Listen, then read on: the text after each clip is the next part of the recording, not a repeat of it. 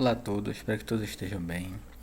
Bem, esse final de semana será realizada a prova do ENAD, certo? E nesse ano serão avaliados, como vocês devem saber, né, já, os cursos de Ciência da Computação e Sistema de Informação do Brasil como um todo, né? E no IEG, na UFOP, né, nós temos ambos os cursos, Ciência, Computação e Sistema de Informação. Esse vídeo, então, ele tem o objetivo de passar a vocês algumas orientações sobre a prova e, principalmente, apresentar um pouquinho sobre como será a prova para que vocês, ao chegarem, né, para realizar a prova, saibam o que esperar, como vão ser as questões, quantas questões terão, né? Talvez vocês já tenham visto, olhado as provas no site do ENAD, talvez já tenham assistido ou participado de alguma palestra ou apresentação que explicou para vocês que apresentou para vocês informações sobre como será a prova, certo? E esse vídeo ele vai reforçar ou complementar alguma das informações que você já tem, ou caso ainda não tenham visto nada sobre o ENAD, né, como são as provas nem nada, esse vídeo vai então fazer uma introdução sobre como será a prova, certo? Então a prova ela terá 40 questões, certo? Dessas 40 questões, 10 serão de formação geral. Então, 10 serão de formação geral. E deixa eu passar aqui. Então, aqui eu estou com o edital aberto, certo? Só para mostrar para vocês. Então, assim, a prova terá 4 horas de duração.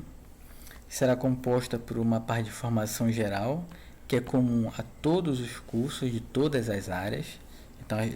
Então são 10 questões de formação geral, que são as mesmas 10 questões para todos os cursos avaliados. Ciência da computação, sistema de informação, engenharia e ciências biológicas, não importa a área. E terá uma parte composta de 30 questões que será o componente específico, próprio de cada área, né? E no caso, ciência da computação terá 30 questões específicas, sistema de informação terão suas 30 questões específicas e demais cursos também terão suas 30 questões específicas.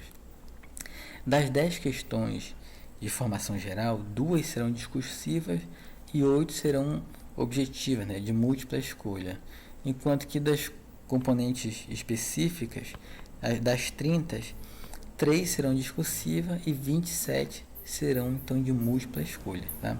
Então é uma prova que tem 40 questões, certo? Com 4 horas de duração. É uma prova um tanto longa, né? Que será um tanto cansativa, porém ela é muito importante, certo? Ela tem o ENAD, apenas contextualizando, né? Ou ressaltando, vocês já devem ter também escutado, o ENAD, o principal objetivo não é avaliar vocês. Na verdade, o ENAD ele nem sequer avalia vocês de forma individual. Vocês depois irão receber, cada um irá receber o resultado da sua prova. Irá receber em casa, né, uma correspondência informando quais questões acertou, quais errou, o número de acerto, vai comparar vocês com os demais estudantes do mesmo curso, vai comparar vocês com os demais estudantes do Brasil, de modo geral, certo? Porém, essa informação que vocês vão receber, ela é, digamos que assim, informativa, né? A nota que vocês vão obter do ENAD, ele de forma alguma vai influenciar na questão da colação de grau de vocês ou na questão do CRG de vocês, certo? O ENAD, vocês precisam participar. A obrigação é de participar, responder o questionário do aluno, que inclusive se ainda não responderam, respondam, entrem no sistema do ENAD e façam preencham o questionário, certo? É parte obrigatória. Se não responder o questionário, não adianta nem fazer a prova, certo? Então, respondam o questionário, participem da prova, e essa avaliação que vai ser feita, a avaliação que vai ser feita para vocês é apenas, digamos que, informativa. Não vai influenciar, como está dizendo, na colação de grau, no CRG, em nada na vida de vocês. Vai influenciar o que? Vai influenciar no curso. Tá? Então, o curso vai ser avaliado por meio de vocês, através das notas de vocês, através do... Assim, a instituição e as coordenações de curso vão receber, olha, dos, por exemplo, 20 alunos que fizeram, que realizaram a prova de ciência da computação, por exemplo, desses 20 alunos, tantos acertaram a primeira questão, tantos acertaram a segunda questão, tantos acertaram a terceira questão, e assim por diante. Com base nisso, a gente vai poder comparar como está a formação de vocês, ou em outras palavras, como o curso tem formado vocês, que áreas, que assuntos precisam ser mais bem explorados, que assuntos estão sendo tratados de uma forma homogênea comparado com o Brasil, que assuntos estão, digamos que abaixo da média, que assuntos estão acima da média. Então a gente vai ter um comparativo com o Brasil de modo geral, um comparativo com os cursos da região, e vamos poder principalmente observar que áreas, que conteúdos precisam ser reforçados dentro do próprio curso. Em nenhum momento a instituição, né, a UFOPA, os coordenadores de curso, vão receber os resultados individuais de cada aluno, certo? Nós recebemos um apanhado estatístico sobre como foi o desempenho dos alunos do curso na prova e comparando com os demais alunos das outras universidades, mas não de forma individualizada. O fulano ele acertou essa questão, ele respondeu isso no questionário do aluno, nas questões de percepção da prova ele respondeu que estava difícil ou fácil. Não, essa individualização só vocês recebem, tá? E aí o ENAD, então, ele é muito importante para que a gente possa, então, direcionar esforços para melhorar o curso, certo? Então, a contribuição de vocês vai ser muito grande e muito importante. Por isso, solicitamos que participem, se dediquem. Vai ser um pouco cansativo, a prova é um pouco longa, mas a contribuição que vocês vão dar se esforçando para fazer a prova, ela vai ser muito grande, tá? Para o curso. Vai ser assim, para a instituição vai ser uma contribuição significativa, certo? Então a gente conta com vocês para fazerem a prova, se esforçarem, darem o melhor de si. E aí, traduzindo essas palavras, o que a gente pede é que vocês leiam todas as questões com calma, interpretem direitinho o que está sendo pedido. Se a questão for um pouco longa, não parem na metade e pulem para a próxima. Mesmo questões longas, já com um pouco de cansaço, continuem lendo, continuem observando o que está sendo pedido. Vocês vão perceber as provas do ENAD, elas são objetivas, elas são claras e objetivas, as questões, né? O próprio INEP, ao orientar os elaboradores da prova, eles deixam claro que questões de tipo pegadinha, né, entre aspas, elas não podem ser colocadas nas questões. Os comandos, eles têm que ser claros e objetivos. Os textos, os enunciados, eles não podem simplesmente digamos que enrolar, né? Está ali simplesmente para, como a gente costuma falar no popular, né? Preencher linguiça. Não, tudo que é colocado na prova tem o objetivo de passar informações que vocês vão utilizar para resolver as questões. Inclusive, muitas das questões, uma leitura atenciosa do enunciado, da contextualização que vem na questão, é suficiente para que vocês respondam corretamente as questões, né? Algumas questões, para algumas questões vai ser necessário, né? Vai ser exigido que vocês tenham um conhecimento um pouco aprofundado, ou até, dependendo da questão, do assunto, um conhecimento bem aprofundado do assunto. Mas boa parte das questões basta uma leitura atenciosa. O próprio comando da questão vai dizer para vocês o que tem que ser feito, certo? Então vou agora mostrar para vocês o formato da prova, como vem as questões, certo? Então eu vou utilizar aqui algumas questões das provas do ano de 2017. Então, agora em 2021, os cursos, né, Ciência da Computação e Sistema de Informação, além de outros, vão estar sendo avaliados. Antes, em 2017, os dois cursos também tinham sido avaliados. Então, no site do INEP, é possível baixar as provas e os gabaritos e os padrões de resposta para as provas, certo? Então, estou pegando aqui a prova de Ciência da Computação do ano de 2017 e tenho também a prova de Sistema de Informação do ano de 2017, ok? As primeiras 10 questões, que são de formação geral, são as mesmas 10 questões para todo mundo que realizou, no caso, a prova em 2017, assim como agora em 2021, as primeiras 10 questões vão ser a mesma para todo mundo, não importa qual é o curso, para agora 2020. Né? Terão questões, como eu disse, né, 2 questões discursivas e 8 questões de múltipla escolha.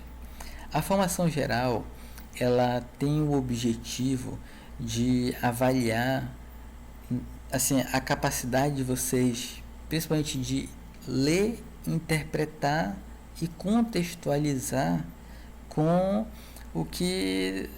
com a realidade atual, certo? Então, nós, de uma forma geral, nós somos seres dentro de uma sociedade, certo?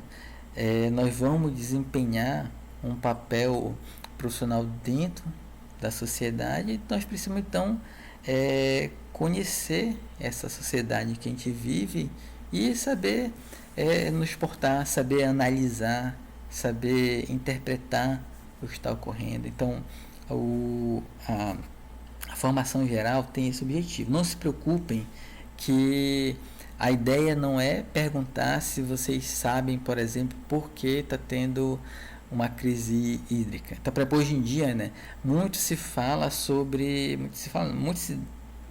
no dia a dia, né, nós estamos percebendo a questão da inflação, a questão do combustível que está aumentando bastante, né, constantemente.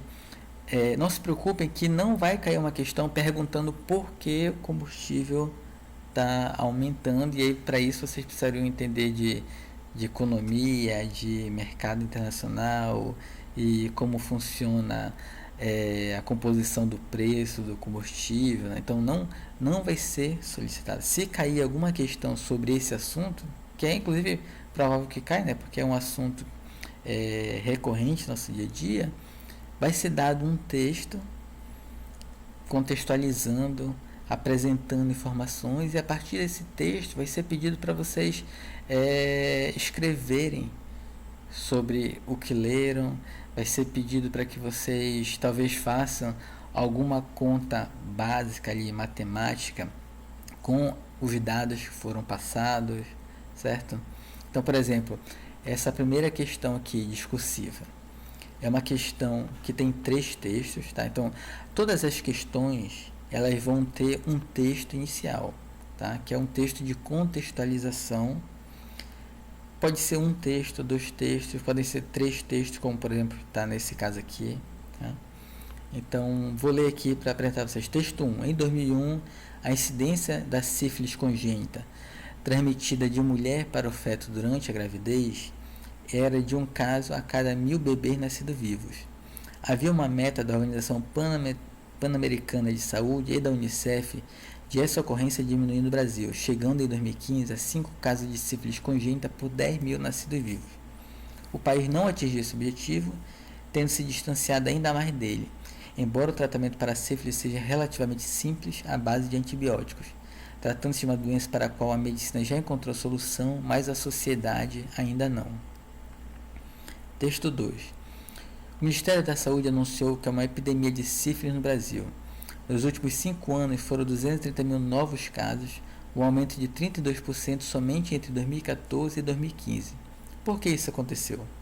Primeiro, ampliou-se o diagnóstico com um teste rápido para a sífilis realizado na unidade básica de saúde e cujo resultado sai em 30 minutos.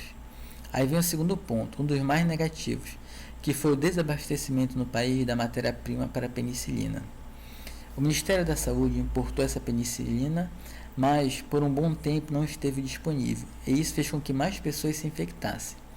O terceiro ponto é a prevenção. Houve nos últimos 10 anos uma redução do uso de preservativo, o que aumentou e muito a transmissão.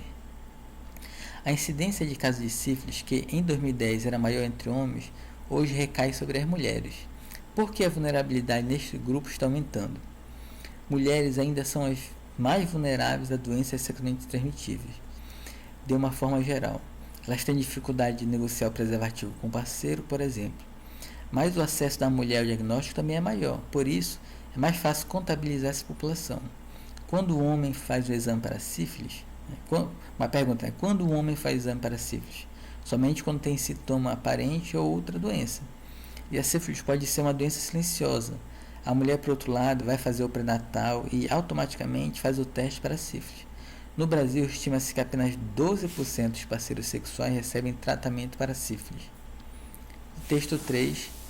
Vários estudos constatam que os homens, em geral, padecem mais de condições severas e crônicas de saúde que as mulheres, e morrem mais que elas em razão de doenças que levam ao óbito. Entretanto, apesar de as taxas de morbimortalidade masculinas assumirem um peso significativo, observa-se que a presença de homens nos serviços de atenção primária à saúde é muito melhor que a de mulheres.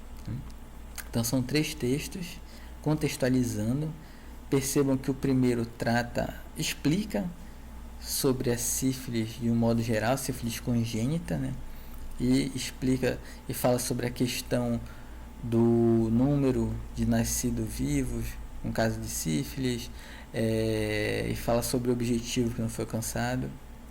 O segundo texto fala sobre a questão já relacionada do homem e da mulher, e fala sobre as questões pelas quais o número de casos aumentou. E o terceiro texto fala de um modo geral em relação à doença, né, em que os homens, eles,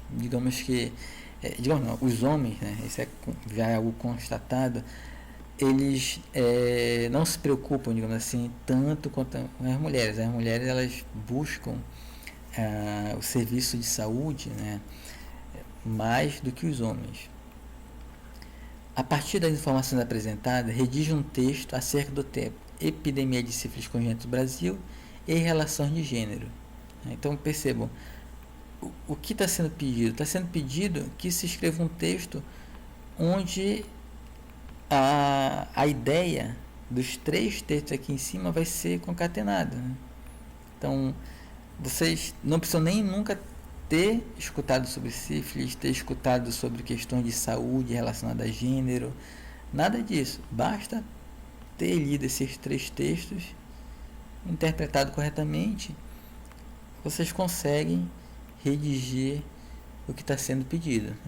Em seu texto, aborda os seguintes aspectos: a vulnerabilidade das mulheres às DSTs e o papel social do homem em relação à prevenção dessas doenças, né, que é algo que está colocado no texto 2 e no texto 3, é explicado, apresentado sobre isso.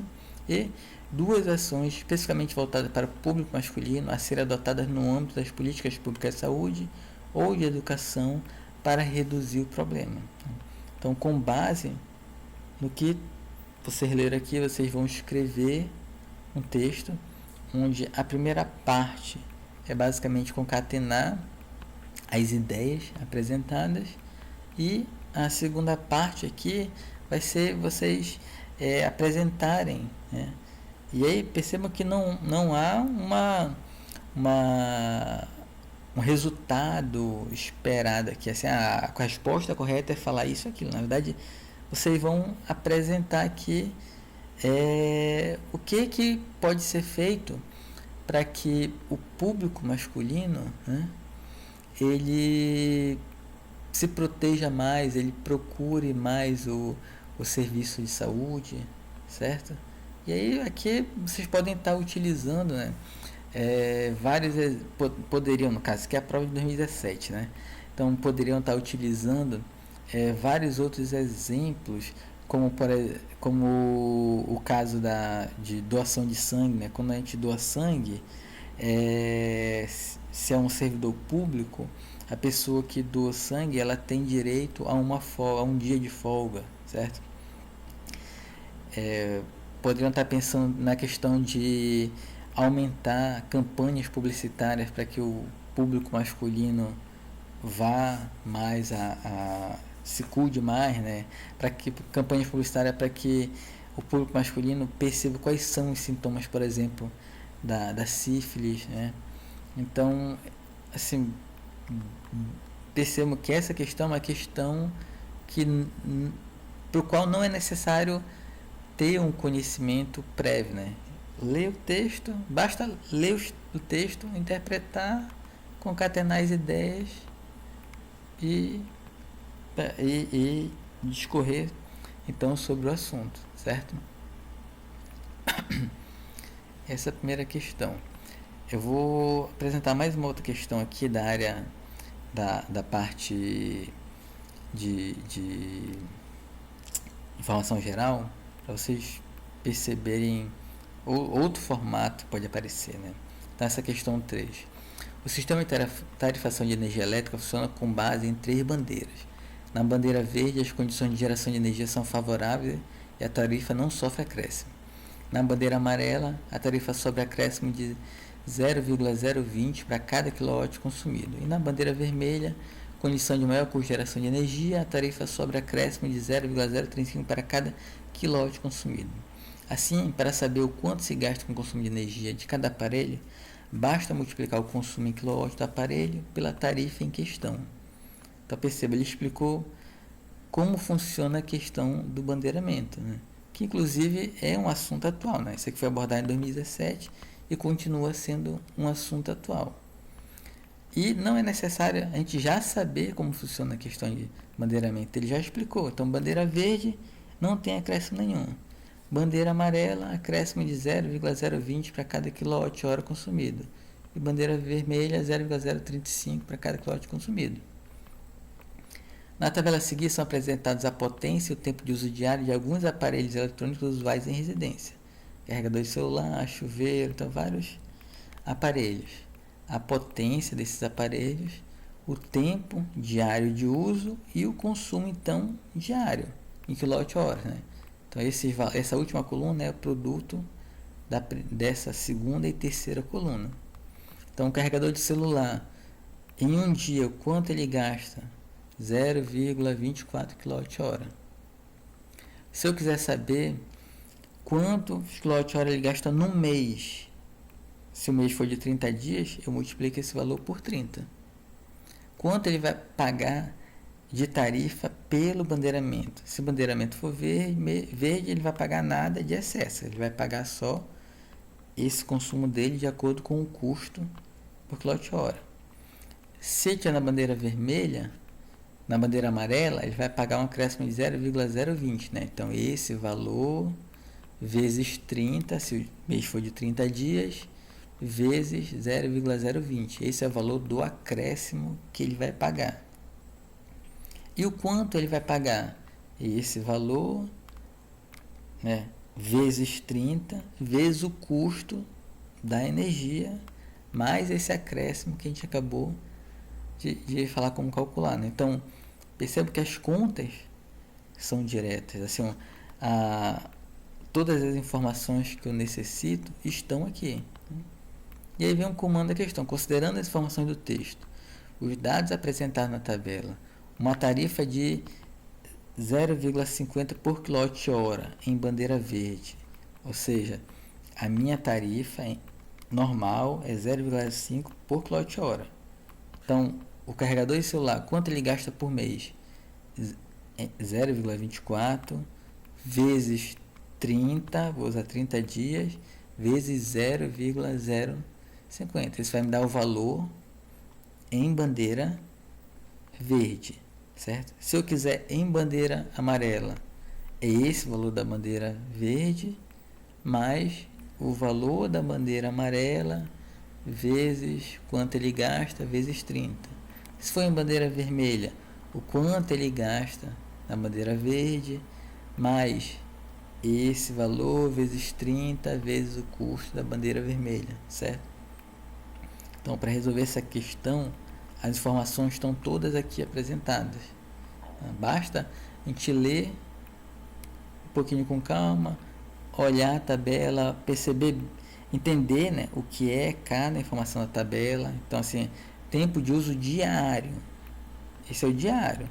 Se eu quero saber o consumo total mensal, então eu tenho que pegar o resultado e multiplicar por 30, certo? Isso vai. Avalie as afirmações a seguir. Em bandeira amarela, o valor mensal da tarifa de energia elétrica para o chuveiro de 3.500 watts seria de R$ 1,05 e de R$ 1,65 para o chuveiro de 5.500 watts. Então, basta fazer a continha para os dois chuveiros e checar se são esses valores realmente. Deixar um carregador de celular e um modem de internet em stand-by conectados na rede de energia durante 24 horas representa um gasto mensal de R$ 5,40 na tarifa de energia elétrica em bandeira verde e de R$ 5,78 em bandeira amarela. Também é a mesma ideia. Modem de internet em stand-by e o carregador de celular. Então, quanto gasta o carregador de celular, quanto gasta o modem de internet em stand-by, na bandeira verde e na bandeira amarela, e ver se os valores batem com o que está colocado aqui. Em bandeira verde, o consumidor gastaria mensalmente R$ 3,90 a mais na tarifa de energia elétrica em relação a cada lâmpada incandescente usada no lugar de uma lâmpada de LED. Então, mesma ideia, tem uma lâmpada de LED aqui e tem a lâmpada incandescente. As continhas de quanto cada uma gasta no mês, dependendo da bandeira que ele colocou, e verifica se o valor colocado aqui corresponde. É correta o que se afirma em 2 apenas, então apenas o 2 tá, essa afirmação 2 aqui está correta. 3 apenas, será que apenas a 3 está correta? Letra C, 1 e 2 apenas, então a 1 e 2 estão corretas. D, 1 e 3 apenas, então 1 e 3 estão corretas. E a letra E, a 1, 2 e 3 estão corretas. Então, de acordo com as continhas que vocês fizeram, vocês vão identificar quais dessas estão corretas e depois marcar a letra que corresponde, né, a quantas e quais estão corretas. Então percebam que, de novo, é uma questão, assim como a primeira lá, é uma questão que trata de um assunto importante, atual, de formação geral, né? E que toda a informação necessária para resolver a questão está aqui, certo? Então, essas questões de formação geral, elas vão ser sempre nesse formato, ok? Não só as questões de formação geral, mas muitas das questões de formação específica também, tá? Também vão ser nesse formato, em que o texto apresenta informações suficientes para que a gente resolva as questões. Então, por isso, a gente pede, leiam com calma, interpretem bem. Todos os dados que tiverem são dados que vão ser utilizados, tá? Então, como eu falei agora há pouco, os elaboradores da prova, eles não podem colocar informações para simplesmente encher linguiça ou informações para atrapalhar, para fazer pegadinha. Então tudo tem que ser objetivo, claro, direto. Por mais que o texto seja um pouco longo, por mais que tenham muitas informações, como nessa tabela, todas essas informações elas são importantes, vão ser utilizadas na questão, ok? Então, façam de um jeito objetivo, né? Interpretem e façam de forma clara. Não se preocupem com pegadinhas e coisas desse tipo, certo? Em relação ao formato das questões, então, as questões discursivas, né? Assim, vão ser aqui na formação geral, as questões discursivas em geral vão abordar a questão de interpretação de texto, como foi a primeira, e aí você escreveu um texto sobre aquilo que você interpretou. Podem ser questões como essa, que apresentei agora há pouco, em que vai ser necessário fazer alguma continha matemática mais básica. Pode ser relacionada a você interpretar um texto e, a partir da interpretação do texto, responder um certo questionamento, né? Então, na questão de informação geral, as questões subjetivas, né? As questões subjetivas, não, desculpa, as questões discursivas, né? As questões não são subjetivas, são discursivas, né? Elas vão ser nesse formato. As questões objetivas, elas também têm a mesma ideia de verificar se vocês conseguem interpretar e talvez fazer algumas contas mais básicas. Mas ela tem 3 formatos que podem aparecer, certo? Que inclusive são os formatos que também podem aparecer lá nas questões de formação específica. Então, o primeiro formato, vou usar esse aqui que nós falamos agora há pouco, é esse, em que são dadas 3 afirmações, ou podem ser dadas mais afirmações, e dessas afirmações eu tenho que identificar quais são corretas e quais são falsas, para eu escolher a opção correta, certo? Então, nessa questão aqui, né, essa eu vou pegar aqui, né, para a gente economizar tempo. Depois vocês podem em casa treinar, fazer a continha, né? Mas eu vou, né, olhar aqui o gabarito. Então é a questão 3. A questão 3 aqui no gabarito é letra B. Então questão 3, letra B, 3 apenas. Então apenas essa terceira afirmação: em bandeira verde, o consumidor gastaria mensalmente R$ 3,90 a mais na tarifa de energia elétrica em relação a cada lâmpada incandescente usada no lugar de uma lâmpada.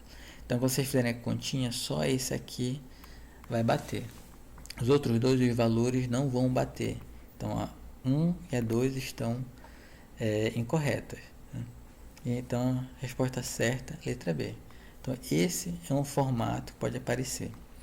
O outro formato que pode aparecer é aquele formato mais clássico de questão de múltipla escolha, onde eu já tenho que, entre as 5 opções, marcar qual é aquela correta.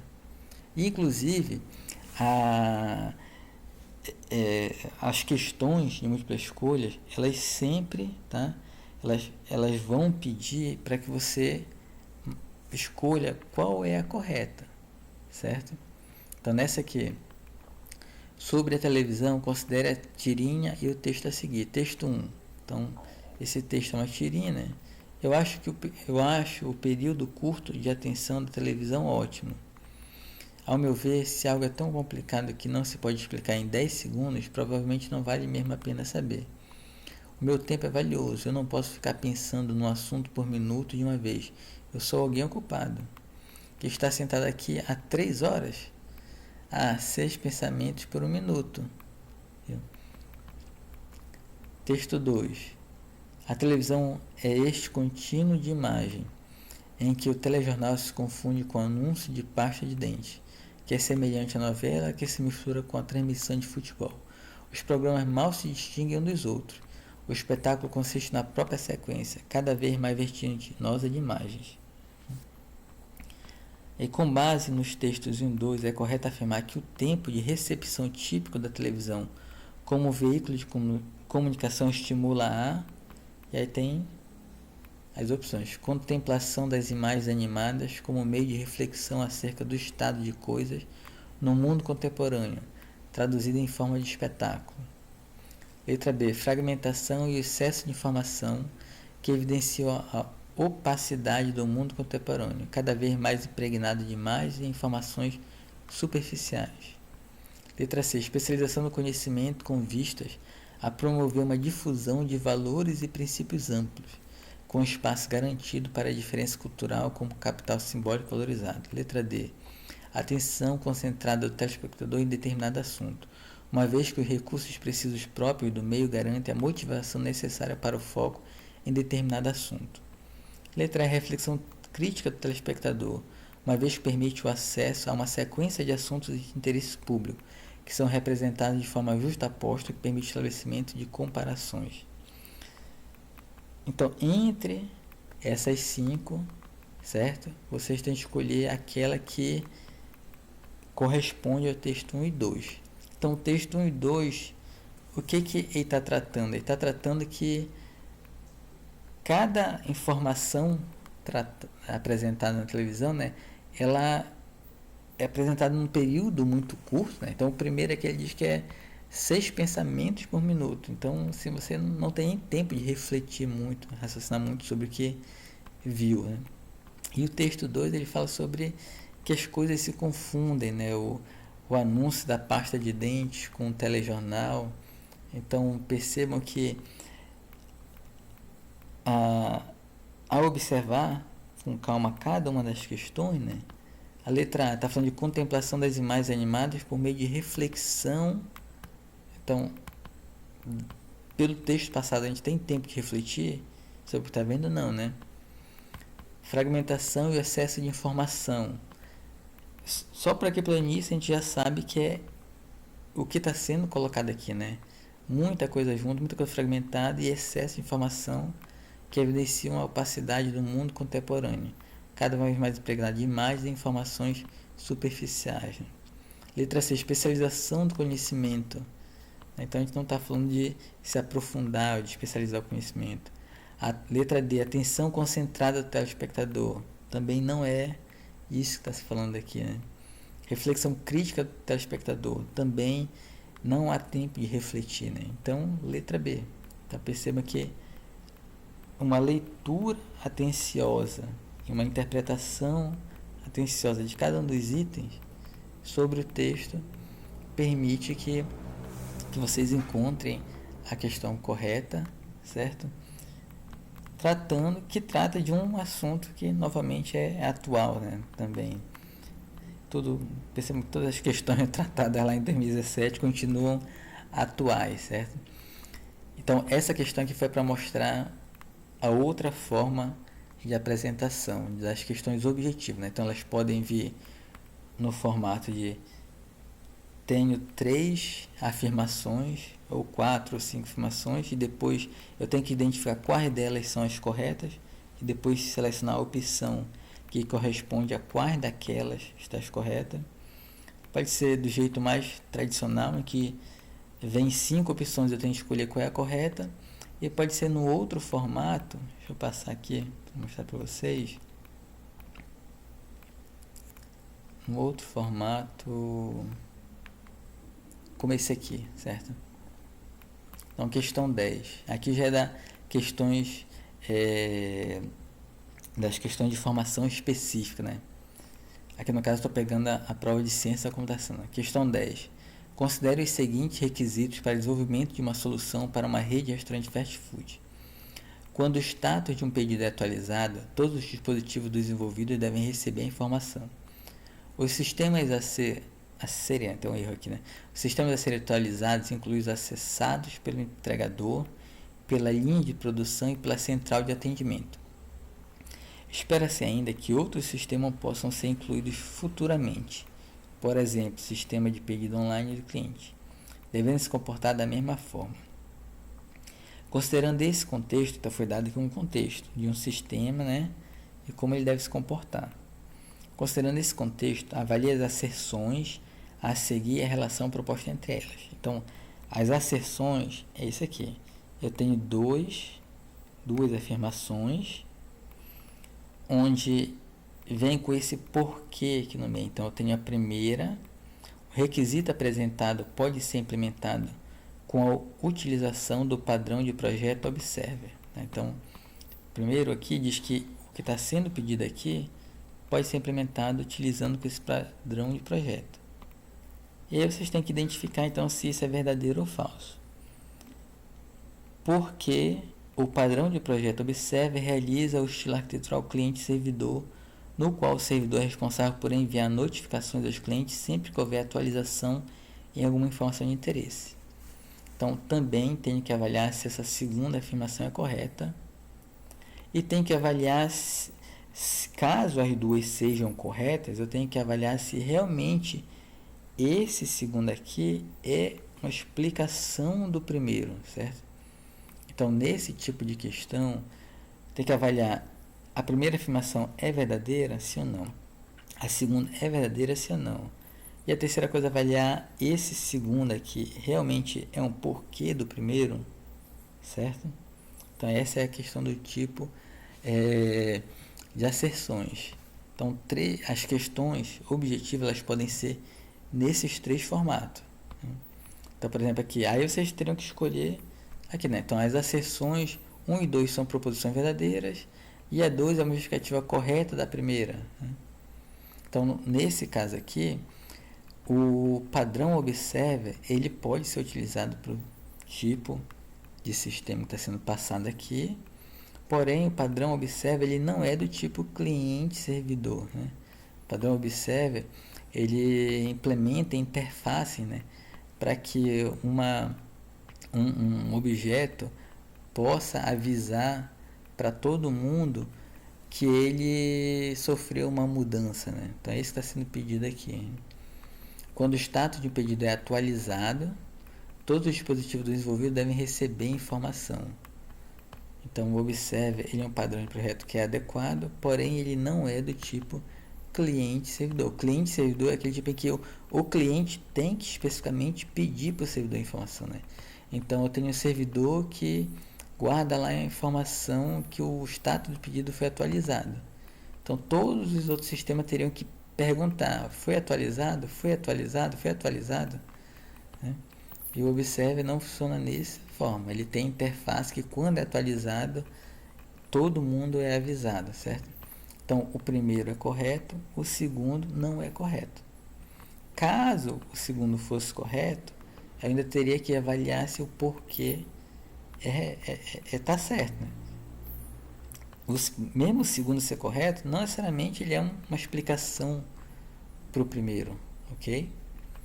Então, as exceções 1 e 2 são proposição verdadeira e a 2 é uma justificativa correta da 1.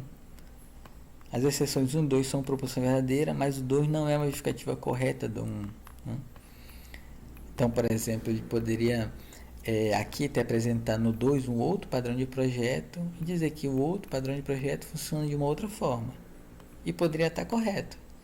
Mas a informação que ele passou aqui no 2 não é o porquê, não é uma explicação do primeiro, né? Não é uma justificativa do primeiro. Tá? Então são esses os três tipos de questões objetivas que podem vir. Em relação às questões discursivas da prova, da parte de conhecimento específico, né? Na nossa área de computação, em geral, essas questões elas pedem ou para a gente montar um modelo de entidade de relacionamento, montar um modelo UML. Então, para essa questão discursiva 4, ela pede para montar um modelo UML. Pode ser para montar um algoritmo, pode ser para fazer uma certa conta, ok? Então, a questão discursiva da parte de conhecimento específico pode vir de várias formas. Pedindo um algoritmo, então vai contextualizar, vai apresentar o problema, vai pedir um algoritmo para resolver esse problema, um algoritmo para fazer isso. E aí, em geral é permitido fazer em pseudocódigo ou fazer em linguagem que vocês têm domínio, pode ser Java, C. Em geral, quando pede algoritmo, é liberado para que seja em qualquer linguagem, até em pseudocódigo, né? Pode ser modelo de entidade de relacionamento para banco de dados, modelo ML para definição de classe, né? Para programação orientada a objeto. Então, tem várias formas como isso pode ser pedido. Então, por exemplo, essa questão discursiva 4, para dar um exemplo. Uma empresa pretende desenvolver um sistema de folha de pagamento cujo processo de modelagem utilizará o ML. Essa empresa tem 3 tipos de colaborador: o comissionado, o ourista e o assalariado. Todos os colaboradores registram, para efeito de controle, o número de horas trabalhadas no mês. Adicionalmente, os comissionados registram o valor do percentual de comissão e o valor total de vendas acumulado no mês. Os ouristas registram o valor recebido por hora e os assalariados registram o valor do salário.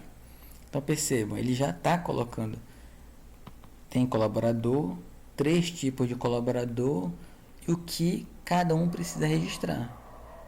Que são exatamente os atributos, né? Cada colaborador pertence a um departamento e cada departamento possui pelo menos um colaborador.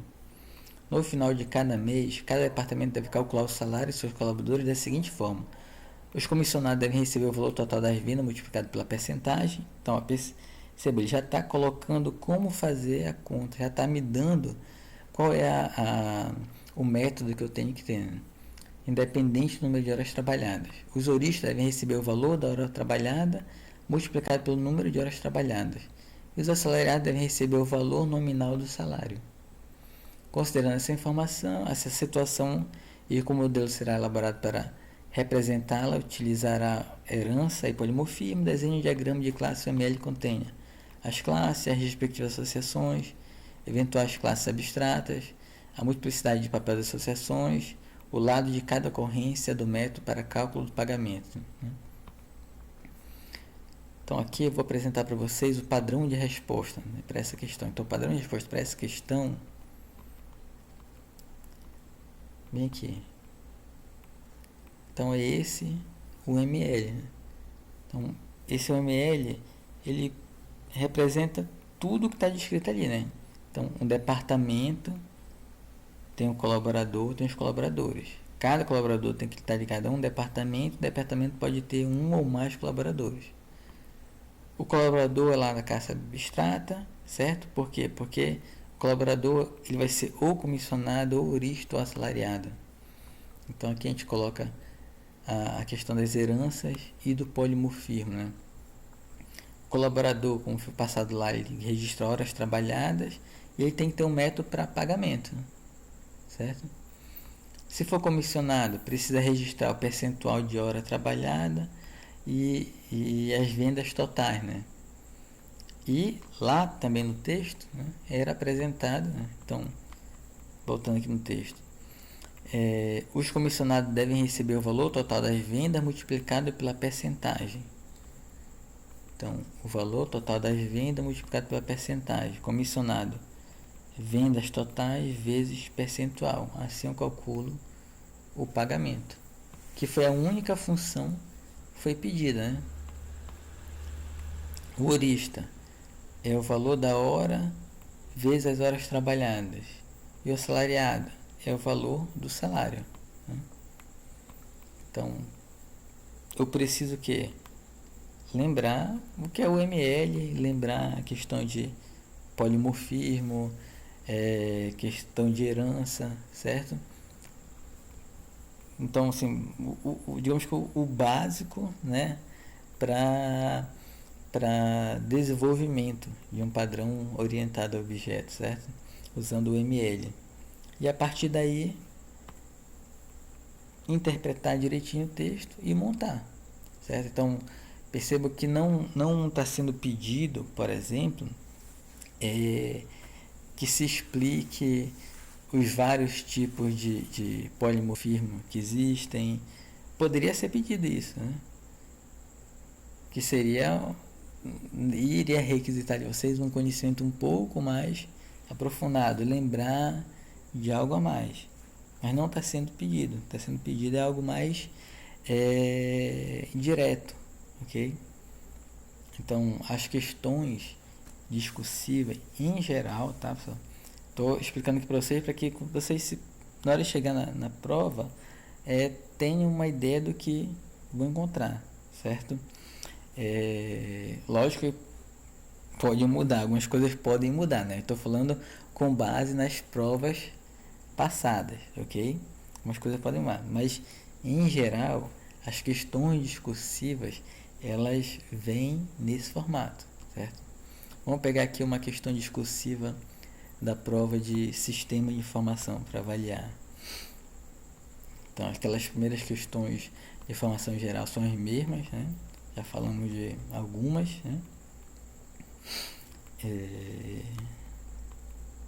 Vou pegar aqui. Então, questão discursiva 4, questão de informação. A figura a seguir representa uma plantação de café com X colunas e Y linhas. Então, uma plantação de café, X colunas, né? E Y linhas. Nessa figura, regiões com os cafeeiros plantados são os que contêm, os que estão com espaço preenchido. Então, aqui, assim vai. As regiões com falhas de plantio são as que apresentam seus espaços vazios, né? Então, aqui tem uma falha de plantio, uma falha de plantio, uma falha de plantio, assim vai. Então, é uma área onde eu tenho os locais para plantação e aqui nesse desenho estou marcando aonde a plantação está preenchida, onde tem plantação e onde houve falha no plantio. Considerando uma solução algorítmica para contar a quantidade de falhas de plantio no cafezal representada na figura, faça o que se pede nos itens a seguir. Então, letra A. Indica o tipo de estrutura de dados utilizado na solução e justifique sua resposta. Então, tipo de estrutura de dados que pode utilizar. Aqui já é aqui é uma representação bidimensional, né? Então, eu posso usar uma matriz com esse mesmo tamanho de colunas e linhas e preencher, por exemplo, se a minha matriz for 1, significa que há plantio. Se for 0, houve uma falha de plantio, né? Então, eu posso usar uma matriz. E por que usar a matriz? Porque no mundo real o que eu estou representando é bidimensional. Okay? Também poderia utilizar outra estrutura de dados, como por exemplo uma lista encadeada, onde eu iria utilizar essa lista para indicar, de uma forma a indicar as áreas, né? Porque assim, perceba aqui, para esse problema, eu preciso, a questão de observar bem o que está sendo pedido é sempre importante, né? O que está sendo pedido aqui, eu quero representar isso aqui no computador e depois contar o número de falhas, certo? Então, considerando uma solução algorítmica para contar a quantidade de falhas, então eu quero contar a quantidade de falhas. Não estou pedindo para indicar se uma região com falha tem outra ao lado dela. Não estou pedindo para contar, olha, na linha 1 quantas falhas tem, ou na coluna 1 quantas falhas tem, certo? O que está sendo pedido é, no total, contar quantas falhas tem, certo? Então, eu poderia utilizar uma lista, certo? Para indicar cada elemento desse como um elemento da lista. Não preciso ter informação de esse é o elemento 1, esse elemento 1, 2. Não preciso dessa informação para o que está sendo pedido aqui. Então, eu poderia utilizar uma lista e, a partir dessa lista, contar quantos elementos na lista tem ou está preenchido e quantos elementos na lista estão com o plantio, marcando o plantio de falha. Então, as duas possibilidades aqui podem ser utilizadas. Uma matriz, já direto, porque já representa direto o que está aqui, ou uma estrutura de lista. Dependendo da estrutura que vocês utilizaram, né? Escreva o algoritmo da solução em pseudocódigo, né? ou em linguagem de programação. Então vocês podem escrever um pseudocódigo, poderiam, no caso aqui em 2017, né? Ou em pseudocódigo ou em linguagem de programação. E aí, linguagem de programação não diz qual é a linguagem, então vocês vão utilizar aquela linguagem que vocês sabem utilizar, que vocês estão acostumados a utilizar. Obviamente, se escolheram aqui e disseram que iam utilizar a matriz, então é o algoritmo que vai lá na matriz e conta a quantidade de falhas, né? Se utilizaram uma estrutura de lista, então como contabilizar aquela lista? Então essa questão é uma questão que envolve dar uma resposta que não é um texto enorme, certo? É indicar qual a estrutura e justificar, e depois montar um algoritmo que também é um algoritmo relativamente simples, certo? Então essas são o formato das questões discursivas, ok? Vão ter questões um pouco ou até bem aprofundadas, sim, vão ter questões mais aprofundadas. Então, para essa questão 10, o Guia do Conhecimento em Gerenciamento de Projetos de PMBOK inclui gerenciamento de riscos como uma das áreas de conhecimento que devem ser observadas para o sucesso do projeto. Os riscos identificados são analisados em função da probabilidade de sua ocorrência e do impacto que causarão ao projeto caso ocorram. A respeito da definição de risco em um projeto, de acordo com as orientações do PMBOK, avalie as afirmações a seguir. Então, com base nas orientações do PMBOK, então aqui é uma questão que já exige que você tenha um conhecimento de PMBOK, né? Um pouco mais...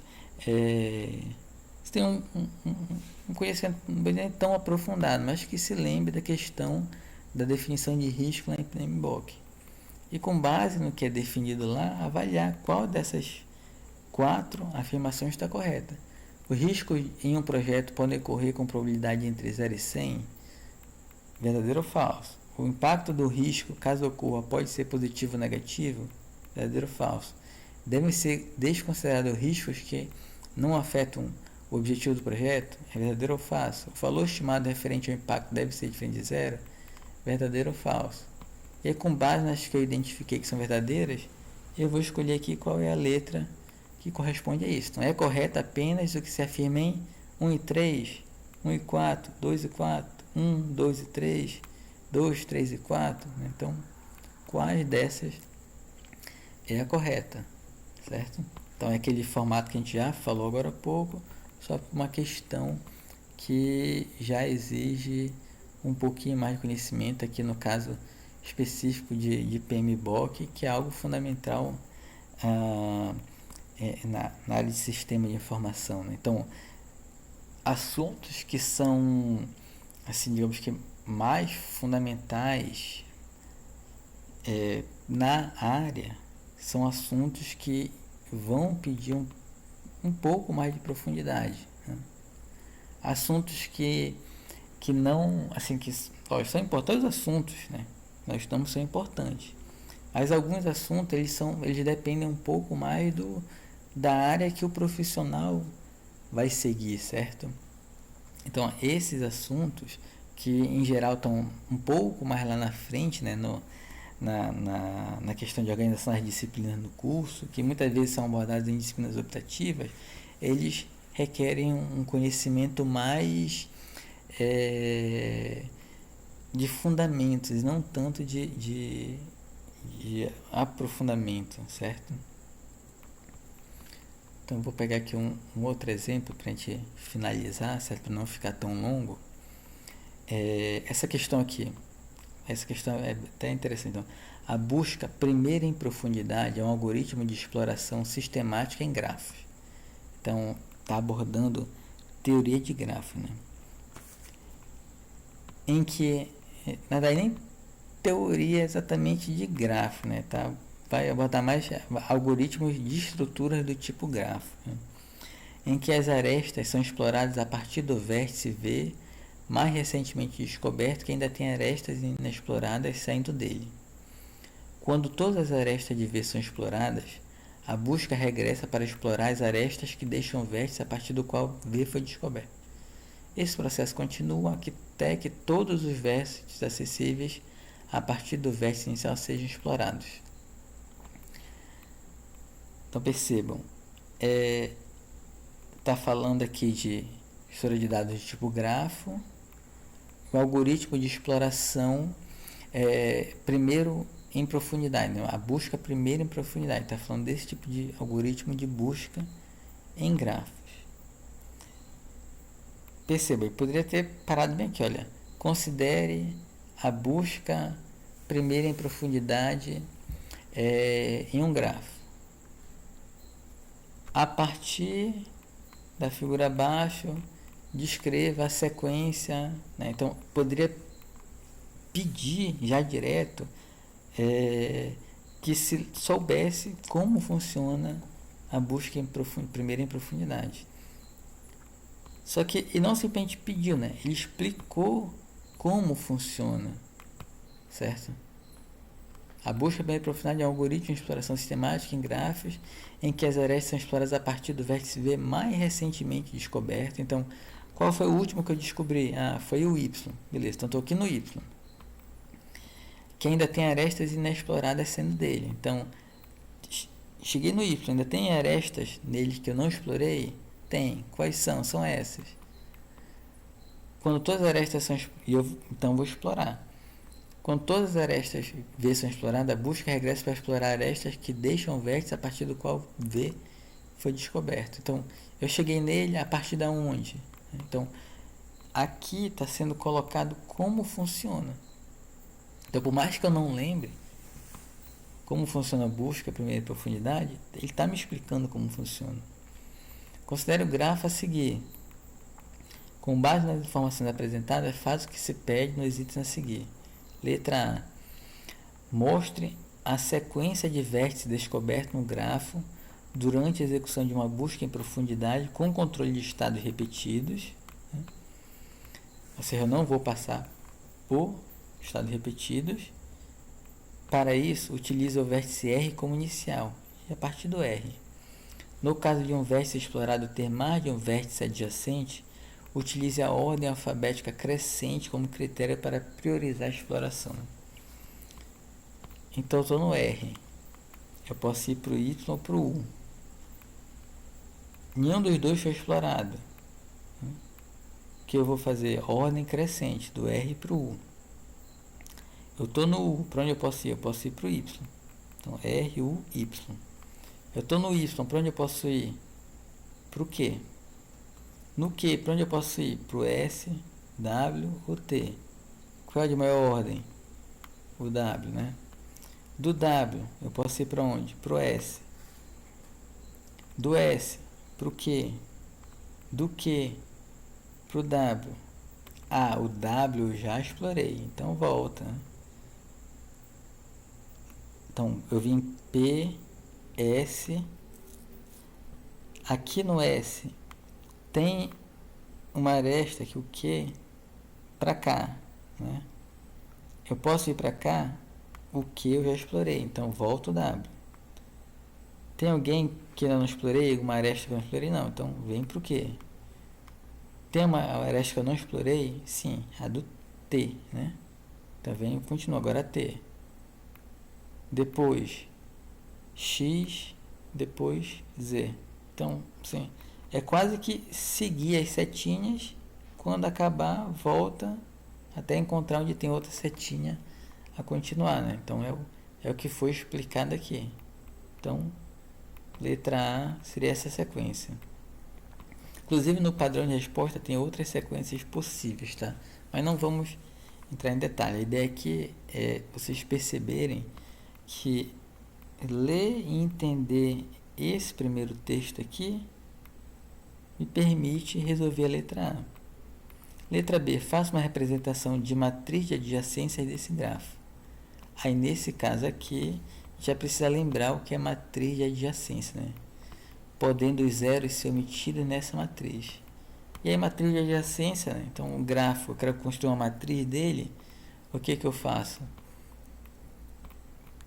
É uma matriz quadrada, número de elementos vai ser a ordem da matriz, cada linha representa um desses elementos, cada coluna também representar os elementos, né? E eu vou colocando 1 quando tiver adjacência entre os elementos e 0 quando não tiver, né? Então, a segunda questão já vai exigir que a gente lembre o que é a matriz de adjacência. Mas a primeira questão, a segunda letra, a segunda parte da questão, mas a primeira parte da questão, uma leitura que é atenciosa permite que a gente resolva a questão, certo? Então, eu já vou finalizar aqui, certo? Esse vídeo, mas a ideia é mostrar para vocês como vai ser a prova, tá? Os tipos de questões que podem aparecer. Vão vir, sim, algumas questões um pouco mais difíceis, que vão exigir um conhecimento aprofundado de algum assunto, mas boa parte das questões, o comando da questão vai ter informação suficiente para vocês resolverem a questão, tá? Então, uma questão dessa, eu lembro que eu estudei gráficos, mas não trabalhei muito, não lembro direito. Chegou aqui, viu o gráfico, não pulem a questão, nunca entendi muito bem, não trabalhei muito direito, não lembro, aí pula a questão. Não façam isso. Leiam a questão com calma, entendam o que está sendo passado aqui. Como eu disse, as informações são diretas, objetivas e claras, elas não são feitas para confundir, certo? Vejam o que está sendo pedido e verifiquem se dá para resolver com as informações que estão aqui, sem precisar, mesmo que não lembrem, mesmo que seja um assunto que não viram, tá? Então, tentem resolver todas as questões. Eu garanto que boa parte das questões vocês vão ter sucesso, ok? Espero ter ajudado, tá? Lembre-se que esse esforço de vocês vai ajudar muito a universidade, o curso, ok? Vai ajudar que a gente melhore onde precisa melhorar, que identifique quais são os pontos fracos, que a gente identifique que assuntos precisam ser melhor apresentados e melhor reforçados ao longo do curso, tá? Então a colaboração de vocês é muito importante para a gente estar sempre melhorando, trabalhando para melhorar, ok? Boa prova a todos, espero que tenham sucesso, que tirem boas notas, lembrando que o importante é a participação e como colocar assim, a tentativa, né, de, por mais, mesmo que não tenham questões que não consigam resolver corretamente, o importante é também, isso também é importante pra gente, né? Assim, a gente saber, olha, essa questão aqui, nossos alunos, eles se esforçaram para fazer, mas não conseguiram fazer. Isso é muito importante pra gente, tá? Agora, se a questão, vocês não conseguiram fazer, mas se nem tentaram fazer, olharam para a questão e já de cara pularam porque acharam que não iam conseguir fazer, isso não traz para a gente informação relevante no sentido de a gente conseguir entender. Quando eu digo a gente, estou falando instituição, né? A gente conseguir entender que precisa um melhor esforço nessa questão. Vocês tentaram, mas não conseguiram, certo? Então isso é muito importante, esse empenho de vocês, tá? É nesse ponto que eu quero chegar. As provas vocês podem acessar, certo? No site do INEP. Então lá no site do INEP, então quando vocês entrarem no site gov.br/INEP, tem lá avaliação e exames educacionais, tem várias outras informações. Então, avaliação e exames educacionais, então Enem, Saeb, tem vários tipos de exames nacionais, né? ENAD. Aí aqui tem o item provas e gabaritos, onde nesse provas e gabaritos vocês podem ver todas as provas por ano. Então, me informei, o último ano que teve para ciência, essa informação foi em 2017. E aqui vocês podem estar acessando, por exemplo, ciência da computação, no caso bacharelado, né? Ciência da computação bacharelado, então tem a prova, tem um gabarito, esse gabarito, então aqui a prova como eu estava mostrando para vocês, o gabarito é o gabarito das questões de múltipla escolha e o padrão de resposta, né? Esse terceiro que aparecem é o padrão de como devem ser a resposta das questões discursivas, né? Então, a resposta das questões de múltipla escolha é a resposta das questões discursivas.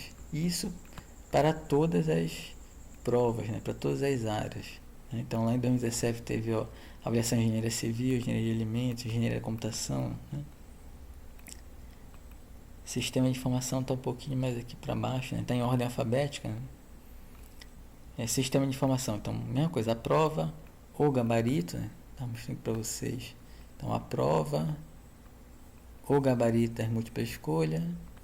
Então, em 2017 teve uma questão que foi anulada, questão 14, e o padrão de resposta, que é como é esperado que se venham as questões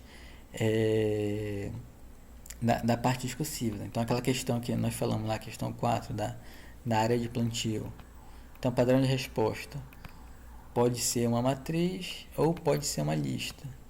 E o estudante vai representar um pseudocódigo, né? Então, vem informando aqui como é o padrão esperado de resposta. Então, se vocês quiserem assim, olhar a prova com calma, olhar os padrões de resposta, olhar o gabarito, também vai ser bem interessante para você, né? Então, tinha uma questão lá, né? Tá aqui o padrão de resposta dela, que era montar um diagrama também, né? Assim como a gente viu lá na prova de sistema de informação. É que é um diagrama, nessa questão aqui é um pouquinho mais de informação, certo? Então, boa prova, sucesso a todos, até mais.